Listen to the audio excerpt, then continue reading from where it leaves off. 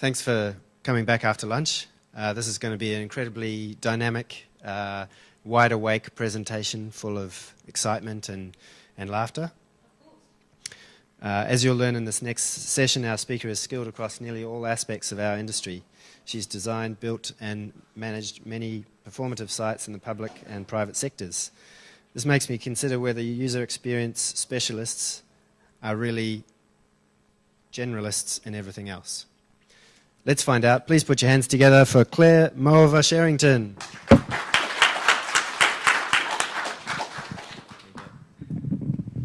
Good afternoon, everybody.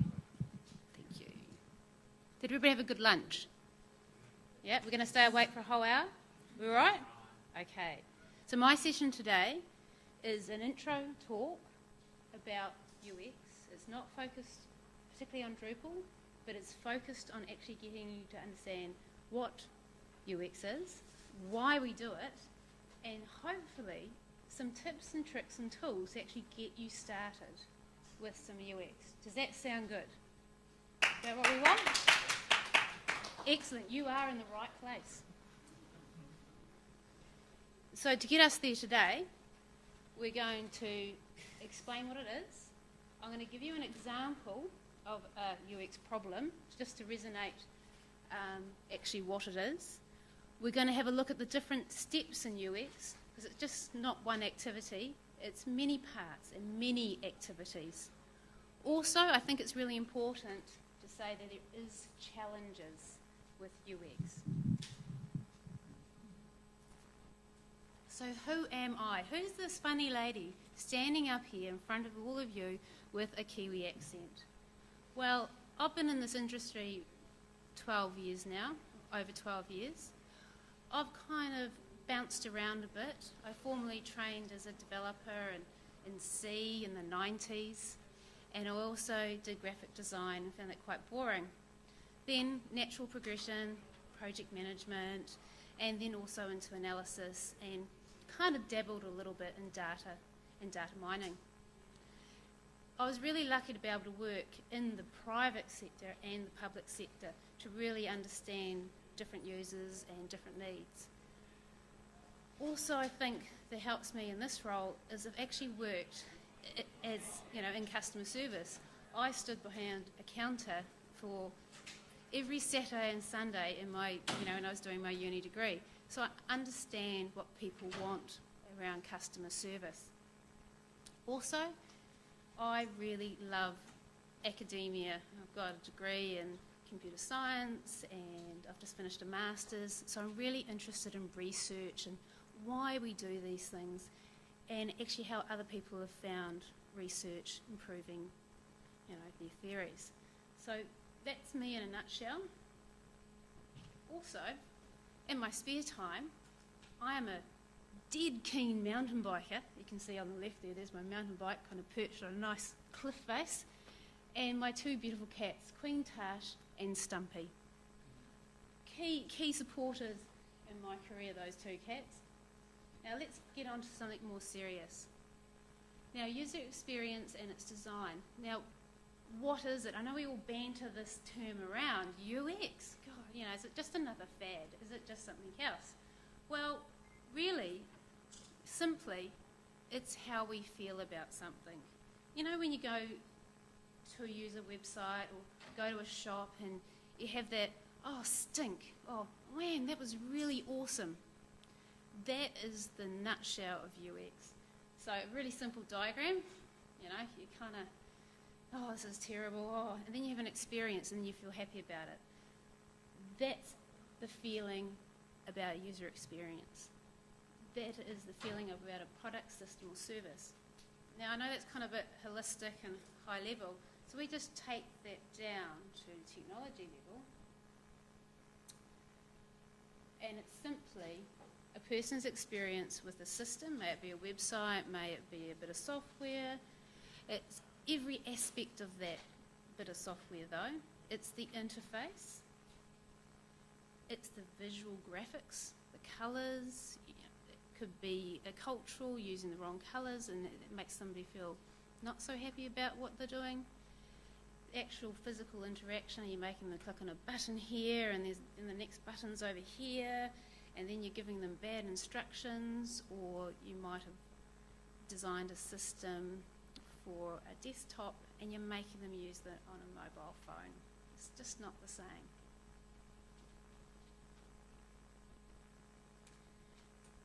Also, I wanted to so we've got this idea of, it's about how a person feels about interacting with a product or a system.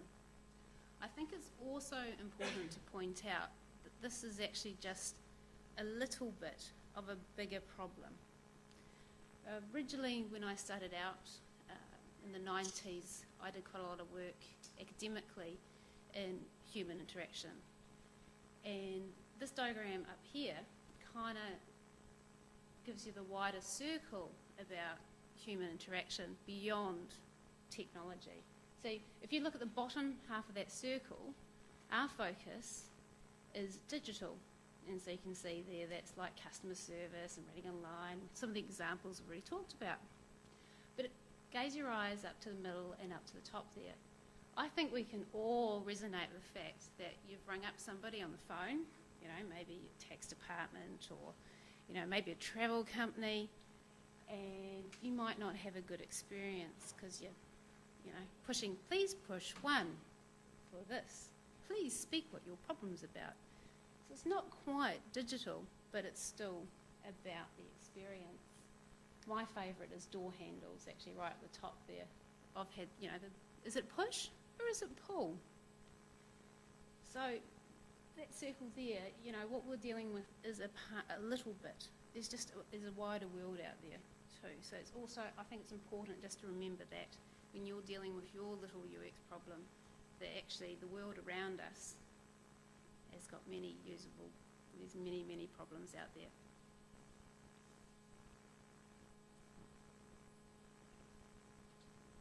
Now, building on the fact that it's about feelings and building on the fact that it's a big world out there are many parts to UX that you kind of need to know about.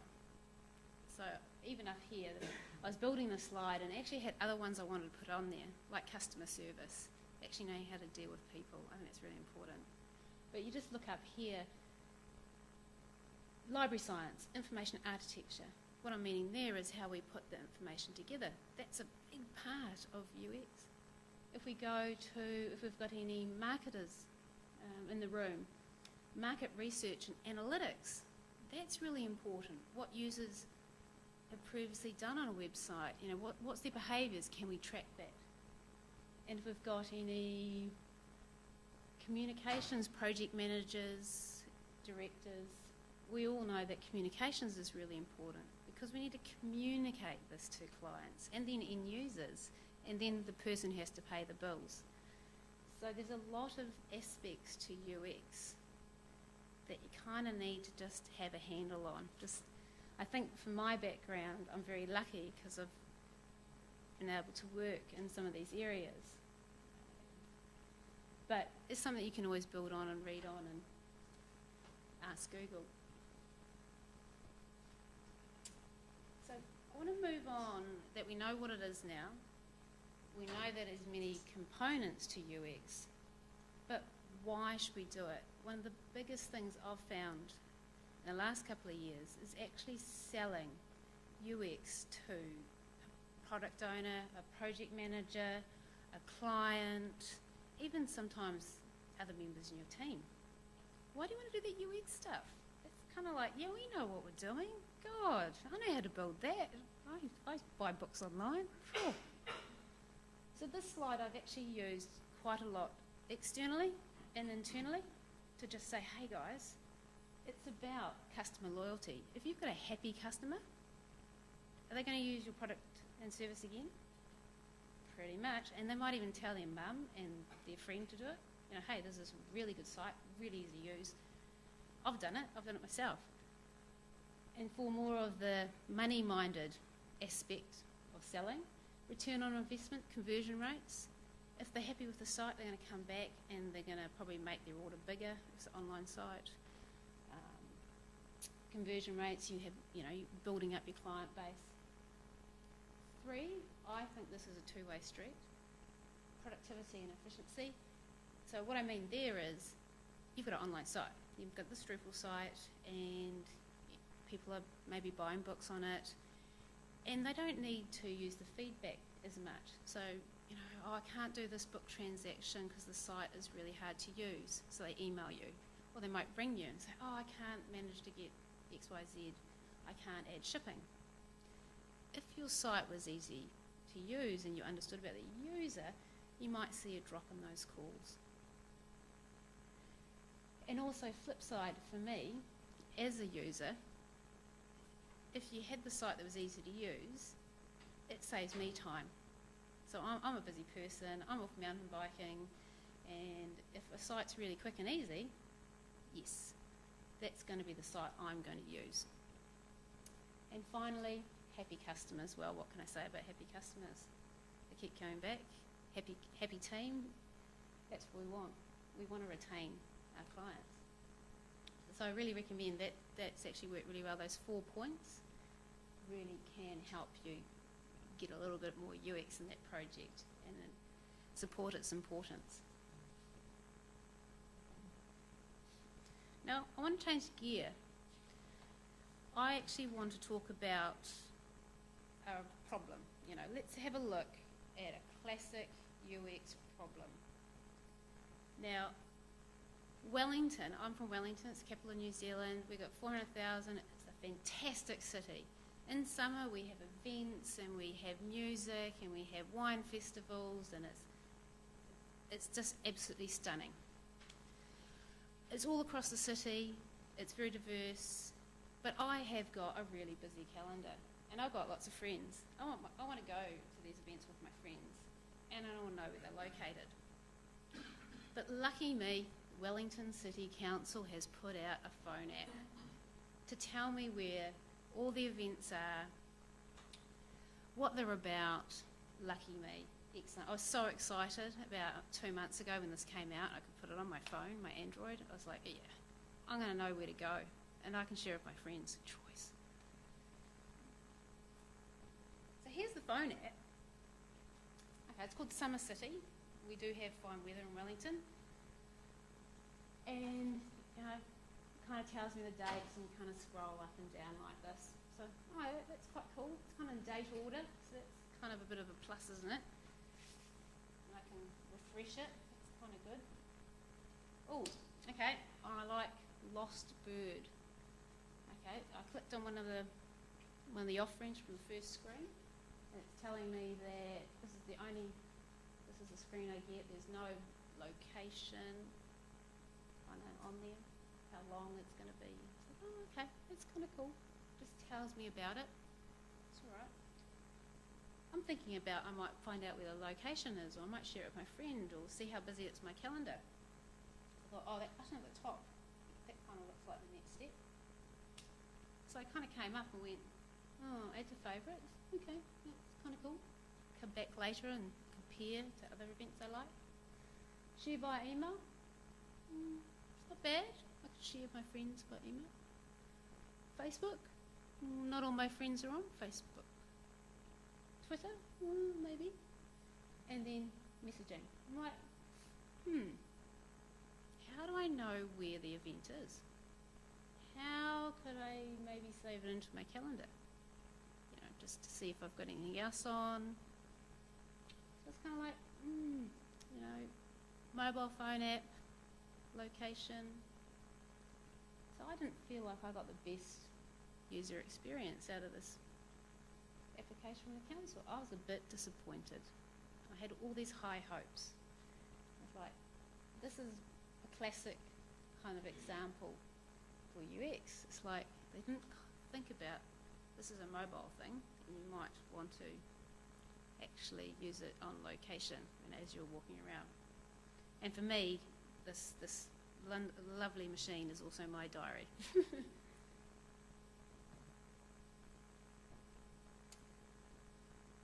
let's just move on to more project stuff. Now that we understand what UX is and why we do it, and we've got an example, I just want to move into making this quite a practical kind of session, looking at different activities, and hopefully you guys have got enough knowledge to give some stuff a go. And before we start that, I just want to, it's all not rose-tinted glasses. It's actually a bit of a balancing act. We'll have a look at some of the different activities, but I know everybody out there, we do have to balance things. We've got user needs, we've got technical requirements, and we've got business constraints. So I know when you're in a project, you've got these kind of things batting around. So you need to fit an activity to the size and scale of your project, and also to three aspects. So the moving parts of UX. This is quite a famous concept that was brought out in the early 2000s by a guy called Jesse Garth. Now, I really like this way of thinking about UX just because of a few things. How it says abstract to concrete. So you kind of like got the woolly stuff this end, so left side's the woolly stuff, and the concrete stuff is on the right hand side. Also, I like how it builds on itself. And this is really what UX is. All the different activities in UX build on the previous activity. So you kind of got a strategy where you want to go, a scope, how big is this monster? Then a structure, how are we going to attack it, and what's our plan? Then a skeleton where we start building stuff out, and then a surface. What's it actually going to look like? I'm not going to cover all these areas, but I'm going to pick a couple that I think are going to be a good starter. And also to say that not every project actually does all these steps. It's all to do with scale and size and time. And probably the only correction that I'm trying to find in the last 2 years is you see navigational design down in the skeleton. With the rise of things like responsive design and mobile computing, I do feel that needs to come a bit down the track a little bit this way, even move into structure, because the way we design our navigation is nearly fundamental. It's becoming more fundamental in how we do projects now. But this has stood the test of time. It's now, 13 years old, so that's pretty a lifetime in IT. Also, another way to think about it is, because I've been in IT for a while now, and another way is to think in circles. So some project managers and some business owners and some clients might struggle with the idea of actually strategy, scope, structure, skeleton, surface. So they might actually resonate more in these kind of groupings, like the old kind of let's do some requirements and let's do some architecture. You might actually see these terms might work better, but covertly you're actually kind of more going on the strategy, scope, structure path. But that language might just help you start adding UX to your projects. Okay, let's have a look at our left-hand side. So this is all the fluffy stuff, but the fluffy stuff is important because we need to know what the client really wants from a project. Now, I've worked on a few projects now, and this gets missed out, and the project just blows up because we actually don't know what we're doing. So you've got all these like really energetic people running around trying to deliver a project, but you actually don't know what the purpose is, and then you waste a lot of money. And you can make this quite a short exercise. So what we're trying to really do here is to understand what this project's about. So step one, you really need to get the right people in the room and actually understand why they want to do this project. What success look like? That's usually one of my key questions to ask them. So if this is going to be the perfect project and you want the perfect product, give me a description, and this will help you right throughout your project. Some of my techniques is I meet with project stakeholders, maybe little mini meetings, work quite well if you've got a big organisation. Face-to-face is very important. You can't really do this one over the phone. And also, if it's a government client, get their statement of intent. Get that's what we call it in New Zealand, but basically the plan, what that agency is meant to be doing and delivering for the next 3 to 5 years. There will be the purpose in that document. also their business cases are usually quite good too. They should have those in there. So they're my kind of top tips for actually getting that down on paper. And usually it's like about 5 sentences, what they actually want to achieve. And make that known to your whole project group. One of the bigger areas is user needs. Now, the next session after me, Chris is going to be focusing on that more, but I think it's important to start, it's such a big area to start thinking about it and the way I do it. Now, the goal is very simple. You need to understand the audience of what you're building for. You know, are they mothers? Are they construction workers? Are they somebody with a really busy social life and doesn't know where the locations are of those events that she wants to go to? And the only way you're going to do that is actually talk to your users. I know it's scary, they won't bite your head off, and it does sound like a lot of work, but you can make it easy yourself. So techniques I've used, and horses for courses, size of budget, you've got a lot of options here. And I've got a few tools that will really help too on the next couple of slides. Interviews, i.e. talking to your end user. Focus groups, where you get a small number of people, maybe four to 6 or 8, and get them in a room for, say, an hour, ask them some questions about their experiences. That's quite nice. They bounce off each other, so that's good. Watching people use sites, that's a very easy one to do. And user surveys. Now, there's a few things that could help you get started here. And then actually with the user surveys, annual user surveys if you can, usually when I have a client and you do one, try and encourage them to do it the following year. You know, they might have a how you find the site. So some of the things I use, user research, these 3 products here. Doodle is a really nice online organising tool where you can just herd those cats for your user groups. So giving them a selection of times, great tool. Skype, I've used that several times. In New Zealand is quite long and sparse there, so we've got Wellington, Christchurch, Auckland. I've had some users down in Christchurch. So I've actually, got them on Skype and we did interviewing like that.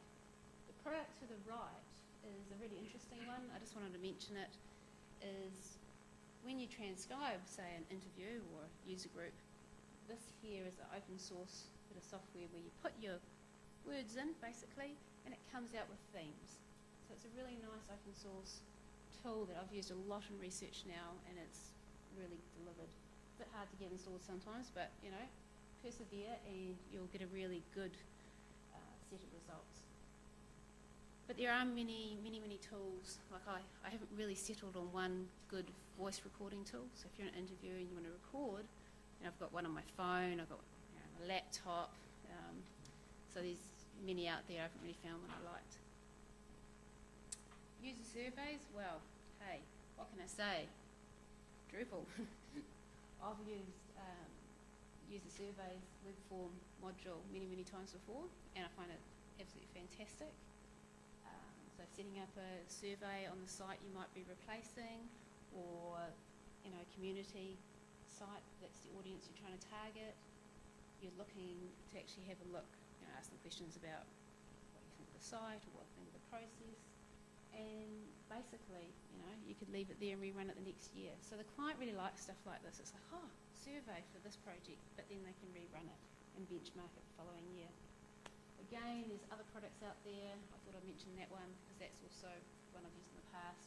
It's pretty good if you can't use the Drupal module.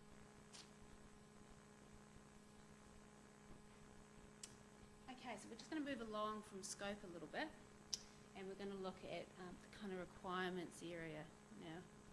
I know requirements is kind of like, it has to be done. I'm going to pick on content requirements and technical requirements. I'm going to pick on content requirements because I think it's quite overlooked, and it could be quite good for Drupal 8 too, because of all the improvements that I've just seen this morning from the keynote. Content requirements is about those poor people that have to put the content in the system. It's mainly focused around them. And why I want to focus on it is I find that's one of the sticking points of projects. You get to a point where you're about 70% through a project, and then there's this major problem with adding, a content type or something like that, or a bit of content or videos falling apart, or I've got to store these files and how's it going to work. So I have found that that's been quite a problem in the past. And the way of doing that sort of things is actually, again, you want to talk to the people face to face, but this is starting to get quite complex. It might be about workflow. You might publish a bit of content, somebody needs to review it, and then it needs to go live, and then it's got to have to be embargoed, and then it needs to be archived, and then it needs to go back to the draft. Think about doing diagrams. That's a really easy way to start. Even just get a piece of paper and start scribbling it down. Yeah. There's many, many different bits of tools and techniques you can use, but diagramming is a really good way to level the playing field. Like, techniques I've used personally is writing down the user requirement. Doesn't usually work too good with developers. They like the pictures. There's a technique called UML, which is Unified Modelling Language. That's a series of different diagrams. I've got a couple to show you. And then actually describing, drawing out those people that use the content, actually get them to describe what they do. So that's called a user case. And then developing stories, which if you're agile background, you basically write a little summary of what they do and what they need. Right, we'll have a look at technical requirements, and then I'm going to show you some tools I've used to help me document. So the technical specification, technical requirements, feature set is basically having a look at what group of features that you want on your site. A feature could be, I want to log in, I want to buy a book, I want to look up my house on a map, I want to add an event to my calendar. So that could be a feature. So that's actually looking and describing it enough to get the developer to kind of get a bit of an idea, enough to get the designer to start thinking about it. That's how long is a piece of string when you're writing requirements up. We don't want to overdo documentation. So how do you do it? Well, again, workshops. You can see this iteration and importance of actually communication, workshops, talking to the end user. Also building on what you've just done. So that user research you just did and that business workshop you did, you're going to go back and have a look at that too. So if business owner said that that map was really important, you're really going to have a look at what the requirements are around that. And this is really important. You can see that coming through in Agile now too. You're building up the needs, the priorities will show through. Let's have a look at some examples. So that's that unified modelling language. So I know it sounds a little bit technical, but basically this diagram here, you've got a person on the left-hand side and he's got an event. He does an event, the next event occurs, so it's the second line, third line, fourth line. And between the different events, you can see the arrows going back. So for a programmer or trying to explain to your client what happens, a simple diagram like this, person A types the username in, username, message appears, it's a message saying that it's not the right password. You can see how you can easily explain in the diagram. I've got a few more too.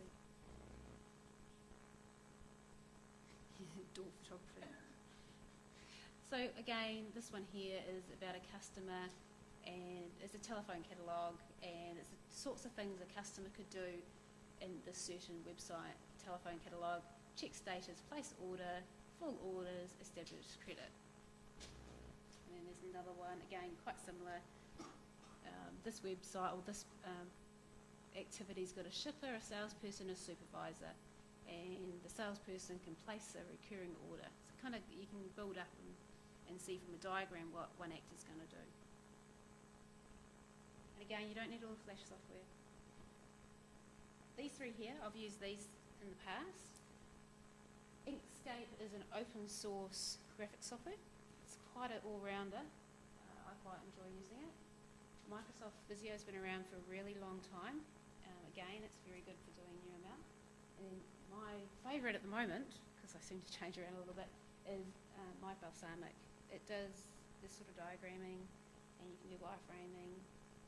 You can easily get it online, and you can buy packages. And also the thing I really enjoy about it is my client can log in and leave me comments. So if she wants to do it at 3 o'clock in the morning and review a wireframe, she can. And for all the project managers in the room, you know, where are you going to put all these requirements? The other two project management tools I've been using probably in the last 2 years. Trello, nice lightweight product. As you can see, I've taken a screenshot of one of our projects, and it's kind of agile. And then Redmine is a very big sort of piece of software. It takes a bit of time to get used to. Right, my favourite, information architecture. Probably one of the more famous activities of UX. Basically, what we're trying to do is organise the information and present it back in a logical way. There are many, many techniques and outputs to this area. This is quite well developed. So I've got a few here, and I've got some really good tools that can support you in this.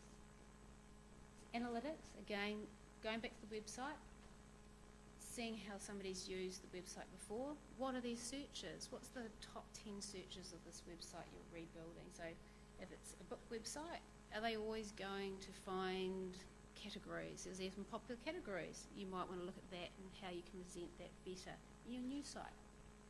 Card sorting, again, you might have a whole lot of topics.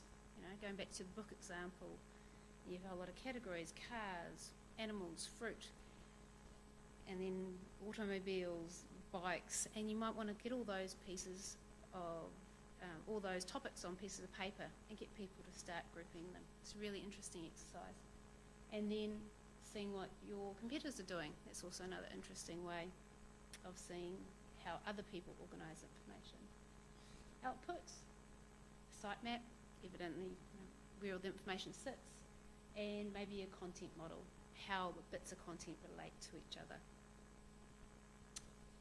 So there's some really nice tools. This one here, Optimal Sort. On the left-hand side, there's those cards with the topics on it, and you can see you can actually drop and drag. So this one has a nice product. You just drop the cards in, and you can group them together. For us as UX people, we get all the stats, so we know when a person's dragged everything, and we get all, and it's really easy to send out to groups of people. Like, you can set this up, send it out, say leave it 3 days. You might do it through Twitter, you might do it with the company's Facebook account, whatever, or through your user group that you've obviously already interviewed, and you'll get results in a couple of days. It's brilliant. And again, you might have a sitemap, you know, you've organised your content and you're arguing over it. This is a great tool. This is TreeJack. This basically takes your sitemap, you set up 5 questions. Can you find the information about the bike? You send it out, and again, in a couple of days you have results and you get an idea if your sitemap's going to work. Interaction design. We're getting there, folks. Basically, this is looking at how somebody uses an aspect or a feature of the site. For example, logging in. So you're going to drill down and actually see how a person logs into the site. And this is an area that you really build on everything you've done before, your user research, why the business wants it. And again, it comes back to talking to those users. And again, I think one of my real secrets is get my mum to explain it. So it might be logging into something, say, Mum, how would you do this? And you sit with her, and it's gold. Or it might be the flatmate, or it might be the neighbour. But it's just good to see how other people think about a problem. There's many, many outputs this area. Again, this is quite a mature activity in UX. Flow diagrams, storyboarding. You've probably heard of wireframes, they're quite commonly used, and again, UML. So let's just have a look at 2 products. This here, Pencil, it's an open source wireframing tool, and I'll show you what a wireframe is in a second. And again, balsamic, and I just put this URL at the bottom. This is fantastic. This is already half-built, pre-built bits of wireframes that you can just download and start using. So you can actually build a wireframe, which I'll show you right now, in a matter of about 10 minutes. It's So this one here is one from a project I did about a year ago, and this is a pencil one, and basically you can see that you've got a mock-up of a screen. This was a video catalogue, and then I'm explaining what each of the parts of the screen does. So this one, we went back, that mock-up to go, already has a whole bunch of elements, you know, search boxes already in there. So you could be designing away in a matter of minutes. This again, this is a balsamic one, just to show you the different styles. Now I put information design in here because I think it's pretty important and it's quite overlooked. And what it means is, you know, when you get a website, it's just not quite working. You're not whether it's, you know, is it about how pretty it is or how the flow is? It actually might be about the information you're trying to show. We all love the tube map, you know, the the London tube map of all its line, how simple it is. That's a key example, a brilliant example actually of information design. If you saw the original maps of the London tube map, you wouldn't be able to, you know, you wouldn't be able to read it. But they came along and went, this is an information design problem. So I just wanted to point out that if you really come to logheads and it's just not working, get you a visual designer, get your UX designer to say, hey guys, is this really more of an information design problem than actually anything else? Infographics, design guideline, that sort of area. Again, it's a whole topic in its own right. Right, we're getting right down the far end now. We're kind of like at the skeleton end.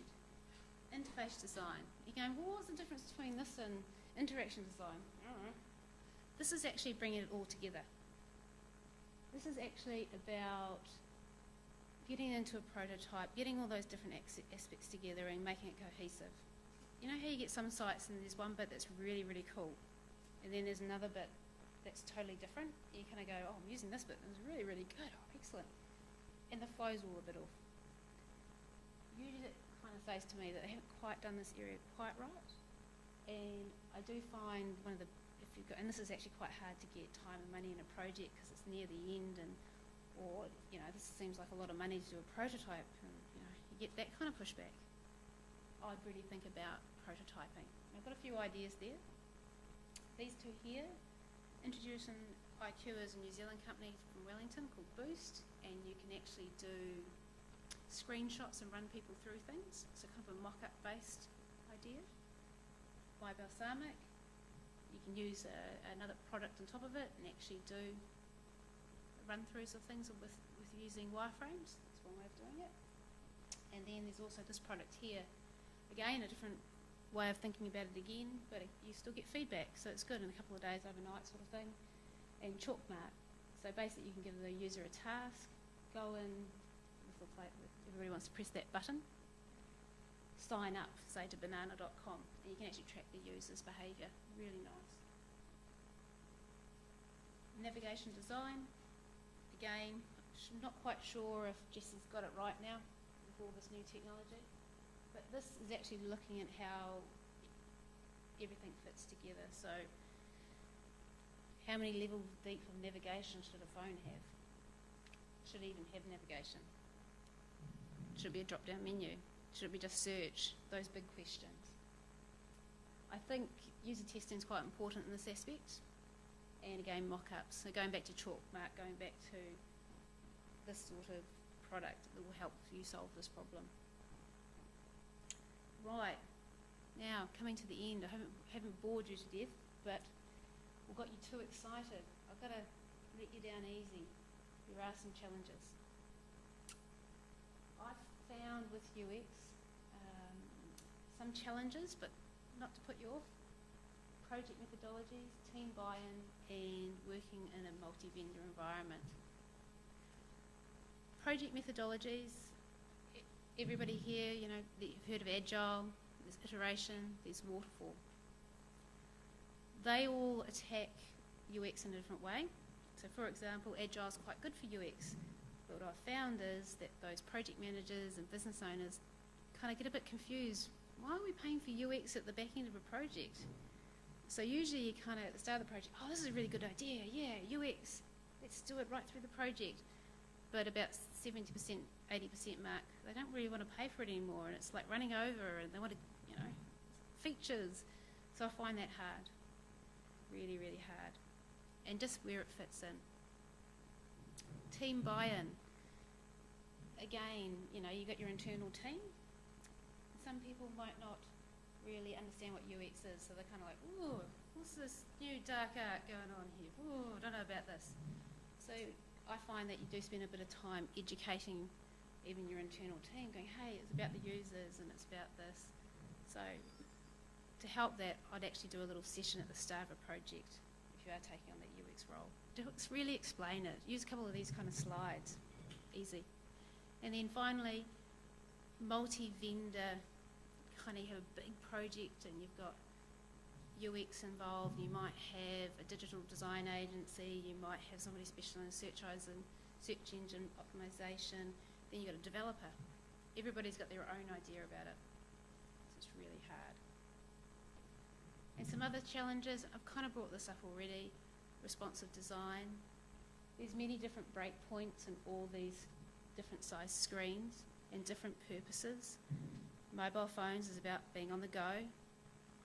A desktop is about doing lots of work. You're writing an essay, you might be writing up your presentation. There's different needs and different user experiences. How do we document it? How do we fit it into a project cycle correctly?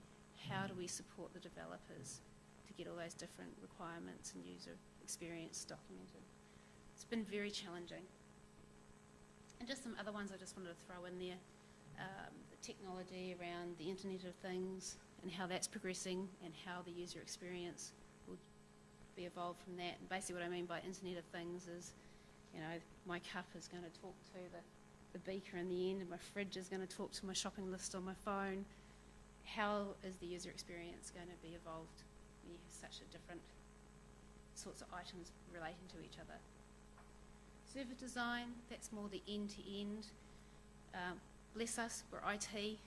We might not control the very first contact a user has with a company. We kind of get sandwiched in the middle, so that's kind of hard.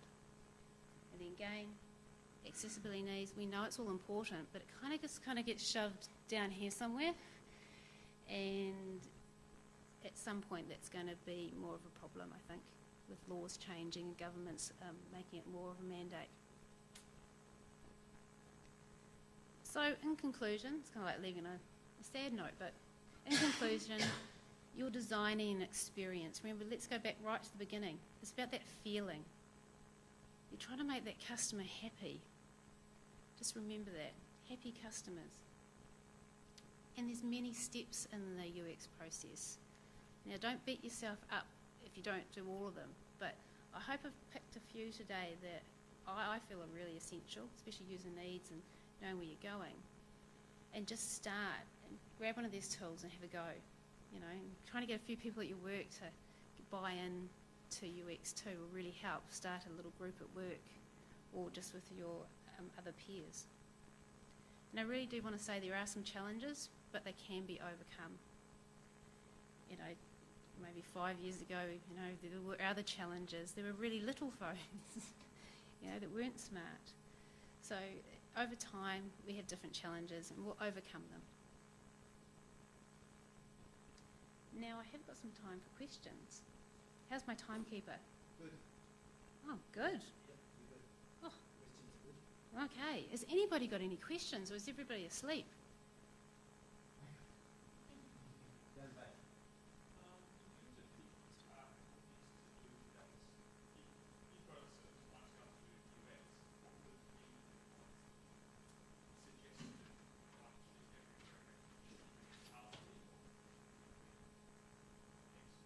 Cool. Very good question. Okay, the question is, what are the critical UX activities you should do? Does that sound about right? Okay. What I'll do is I'm just going to quickly go back to, come on,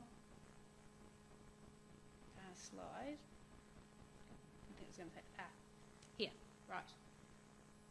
For me, I think the key kind of activities are always do your strategy. You need a plan. You need to understand what the wider holistic direction of the project's going. That's a really small exercise. It doesn't need to be terribly elaborate. I've got about 5 questions at work. I kind of, even if I don't do it myself, like, project manager, you need to do this, and you document it. I think that's a critical, easy tick box exercise. I really love the idea of user research, but I know it's really hard. But do push for it, and it could be easy as getting a few customers in a room for an hour and bribe them with somebody's baking. That's a really, so you have to be a good baker. So I think that's the next one I think is really important. I think one will really bite you in the bum if you don't do it. Sorry to be so crude, but the interaction design, if you kind of just leave it over here and don't worry about it, you'll spend so much time unpicking problems later and spending so much money to try and fix those problems that you kind of didn't look at originally. It's worthwhile having a look at it. Even if you really have to stick your heels in and say, project manager, business owner, can I have a couple of days just to look at this problem? And then information architecture, the old card sort, maybe use those programs. And interface design probably is the next one. So overall, that's probably how I'd navigate that. Does that answer your question? Cool. Can you suggest some strategies for costing out the UX process? Oh, good question. Okay, the question is how to cost out UX to a customer. I think first thing as you do is get the buy-in from the customer before you give them the budget. And I've actually been analysing past projects to have a look how much UX has been costing. And because I do a little bit of project management, so that this might be ballooning a bit high, but you could say about 15% of the total project you could cover in UX. So you might have, 100k budget, it's around 15%. Does that include visual design? Now that's a good question to ask because some projects require quite a lot of visual design and some don't.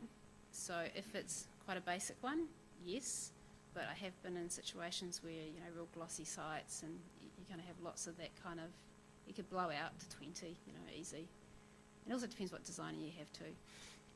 On that, would you kind of break it down into, I guess, elements of like the outside button design, font design, feature, kind of, I guess, quantifiable items in an item bank? Yeah, so actually that's a good question. We've been doing the last couple of projects agilely. So this is just for everybody else. It's basically looking at how you break down the costing. That's about right, eh? Probably not to the detail of buttons and things. It's usually groups of activities. So the last project I just did, we went to the client and said, right, what activities would you like to do? And they went, I want some of that, some of that, some of that. Lots of user research, so I was really happy. It's great. And we costed out on the types of activities, and then that actually worked quite well. She was quite happy in the end because she's like, oh, lots of research, looked really good for her boss. She got some really good results. Visual design was just lumped as a visual design cost. And really, because there was so much upfront work, the visual designers knew exactly what they were doing, and actually the cost went down. Yeah. Yeah. And it makes them quite happy, the visual designers. They don't kind of stomp off. You got, yeah, phew.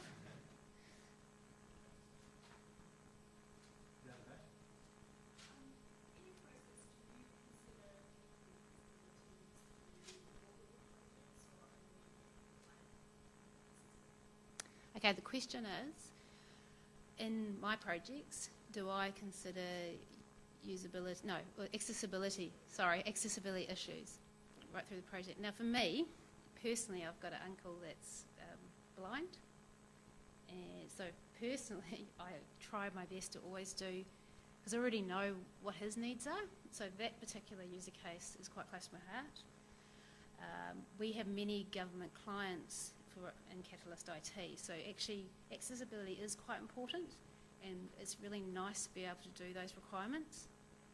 Private clients, not so much. They're usually wanting to spend on other features, so I find that really hard. But there are some things you can really just do, around the content accessibility, adding tags to titles and using the right headings. And so there's tips and tricks you can just teach your clients that actually help with those demands of accessibility requirements. But it is nice working with government clients that say you have to do it. It's like, yeah. Does that answer your question?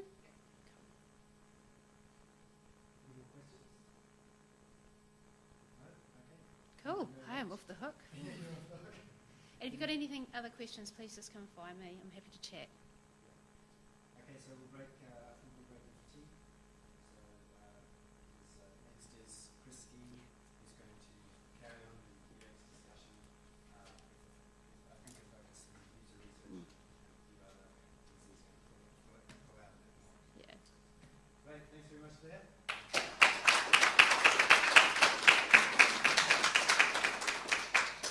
Cool. Thank you.